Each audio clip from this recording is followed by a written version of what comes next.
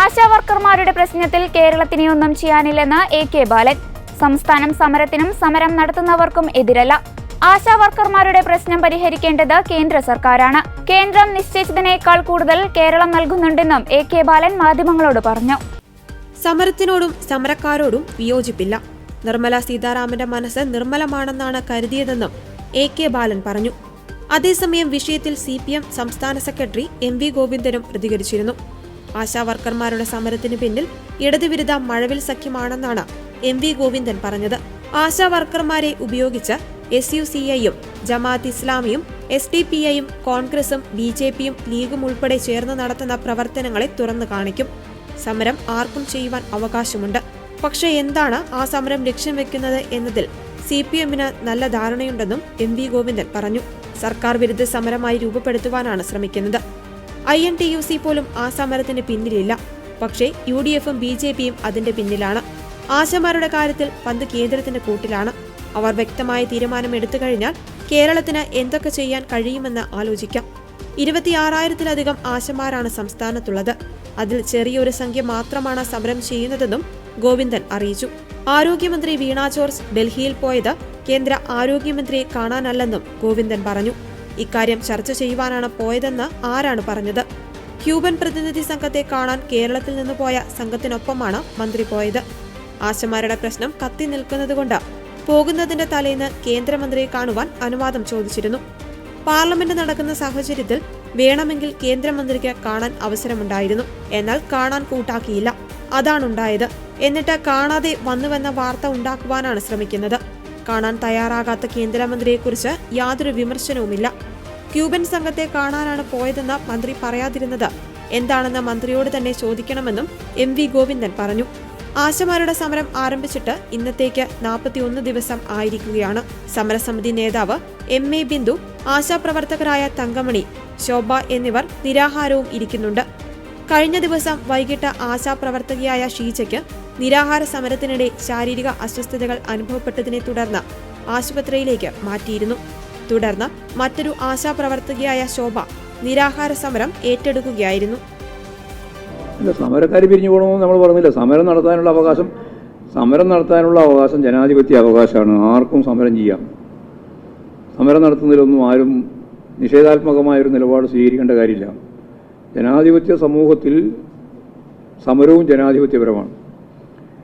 പക്ഷേ ആ സമരം എന്താണ് ലക്ഷ്യം വെക്കുന്നത് എന്നുള്ള കാര്യത്തെപ്പറ്റി CPM-ന് നല്ല ധാരണയുണ്ട്. അത് ഇടതുപക്ഷ ജനാധിപത്യ ഗവൺമെൻറ് വിരുദ്ധ സമരമാക്കി രൂപപ്പെടുത്താനാണ് മാധ്യമങ്ങളും അതുപോലെ തന്നെ ബൂർഷ്വാ രാഷ്ട്രീയ പ്രസ്ഥാനങ്ങളും. അതിൻ്റെ പുറമെ ഇപ്പോൾ INTUC പോലും ആ സമരത്തിൻ്റെ പിന്നിലില്ല. പക്ഷേ UDF അതിൻ്റെ പിന്നിലാണ്, BJP അതിൻ്റെ പിന്നിലാണ്. ശരിയായൊരു മഴവിൽ സഖ്യം അതിൻ്റെ പിന്നിൽ വന്നിട്ടുണ്ട്. നിങ്ങളെല്ലാം അതിൻ്റെ ഭാഗമായിട്ട് നിൽക്കുകയാണ്. ഞങ്ങളെ സംബന്ധിച്ചിടത്തോളം ആ സമരം ജനാധിപത്യപരമായ സമരത്തിൻ്റെ ഭാഗമായിട്ട് തന്നെയാണ് കാണുന്നത്.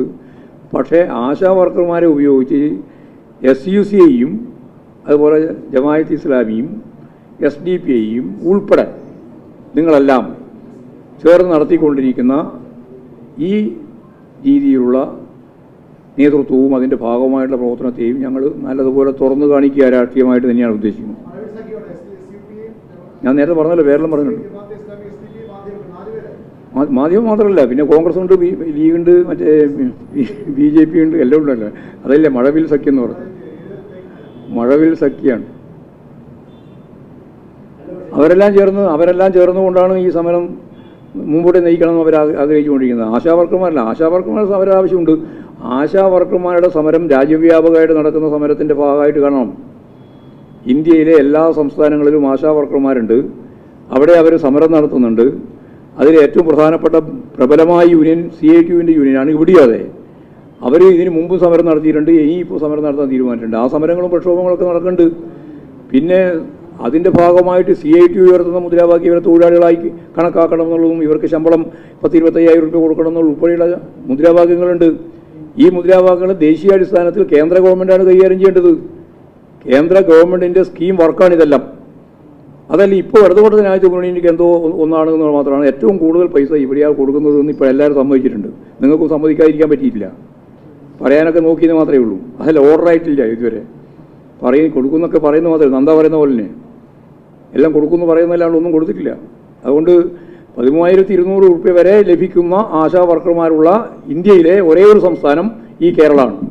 അവിടെയാണ് ഈ സമരവുമായിട്ട് ഇത്തരത്തിൽ അത് ഞങ്ങൾ വർദ്ധിപ്പിച്ചാൽ മാത്രമേ മുന്നോട്ടേക്ക് അവസാനിപ്പിക്കുള്ളൂ എന്ന് പറഞ്ഞുകൊണ്ട് നടക്കുന്നത്. അത് കേന്ദ്ര ഗവൺമെൻറ്റിൻ്റെ ഭാഗത്താണ്. അതിൻ്റെ ആ കോർട്ട് അവരതാണ്, പന്ത് അവിടെയായുള്ളൂ.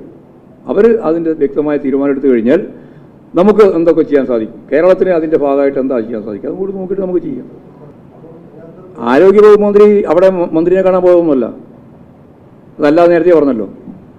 നിങ്ങളെല്ലാം കൂടി ഉണ്ടാക്കിയൊരു വാർത്തയാണ്. നിങ്ങൾ ആ ഒരു വാർത്ത ഉണ്ടാക്കുക, ആ വാർത്തയ്ക്ക് അടിസ്ഥാനപ്പെടുത്തിയിട്ട് ഇതിന് അവസാനം അവിടെ കാണാൻ പറ്റിയില്ലെങ്കിലും അത് കാണാൻ പറ്റിയില്ല, എന്നിട്ട് അവിടെ പോയിട്ട് തിരിച്ചു വന്നിരിക്കുകയാണ് കൂടെ ബംഗാളത്ത് പോയ പോലെ. ഇതെല്ലാം നിങ്ങൾ തന്നെ പറഞ്ഞുകൊണ്ട് ഉണ്ടാക്കുന്ന ഒരു വാർത്ത. ആരാ പറഞ്ഞു അവിടെ ഈ ചർച്ച ചെയ്യാൻ വേണ്ടിയിട്ടാണ് പോയതെന്ന്? ആര് പറഞ്ഞു? എപ്പോൾ പറഞ്ഞു? പോയപ്പോഴാ? എപ്പോ? എന്തെന്ന്? അതെ, അത്രയല്ലേ ഉള്ളൂ. അത് നിങ്ങൾ അതിന് മുമ്പേ പറഞ്ഞല്ലോ. വാർത്ത നിങ്ങൾ മുമ്പേ കൊടുത്തു. സത്യം പറഞ്ഞാൽ ക്യൂബൻ ഡെലിഗേഷനുമായിട്ട് ചർച്ച ചെയ്യാൻ വേണ്ടി കേരളത്തിൽ നിന്ന് പോയ ഒരു ഡെലിഗേഷൻ്റെ ഭാഗമായിട്ടാണ് മന്ത്രി പോകുന്നത്. അത് ബാലഗോപാലൻ ഉൾപ്പെടെയുണ്ട്. ഇവരെല്ലാം പോയത് അതിൻ്റെ ഭാഗമായിട്ടാണ്. അങ്ങനെ പോകുമ്പോൾ ഈ പ്രശ്നം കത്തി നിൽക്കുന്ന ഒരു സാഹചര്യം ഉള്ളതുകൊണ്ട് പോകുന്നതിന് തലേ ദിവസം തന്നെ മന്ത്രിയെ കാണുന്നതിന് വേണ്ടിയുള്ള അനുവാദം ചോദിച്ചിരുന്നു.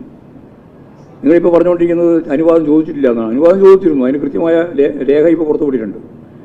അങ്ങനെ അനുവാദം ചോദിച്ചുകൊണ്ട് പോകുമ്പോൾ സ്വാഭാവികമായിട്ടും പറയും ഞാൻ മന്ത്രിയെ കാണാനും ശ്രമിക്കും, മന്ത്രിയെ കാണും. സാധാരണ ജനാധിപത്യ സമൂഹത്തിൻ്റെ അകത്ത് ഇങ്ങനെ ഒരു കേന്ദ്രമന്ത്രിയെ കാണണമെന്ന് കേരളത്തിലെ ഒരു മന്ത്രി പറഞ്ഞാൽ ഫെഡറൽ സംവിധാനത്തിൻ്റെ ഭാഗമായിട്ട് കാണുമല്ലോ.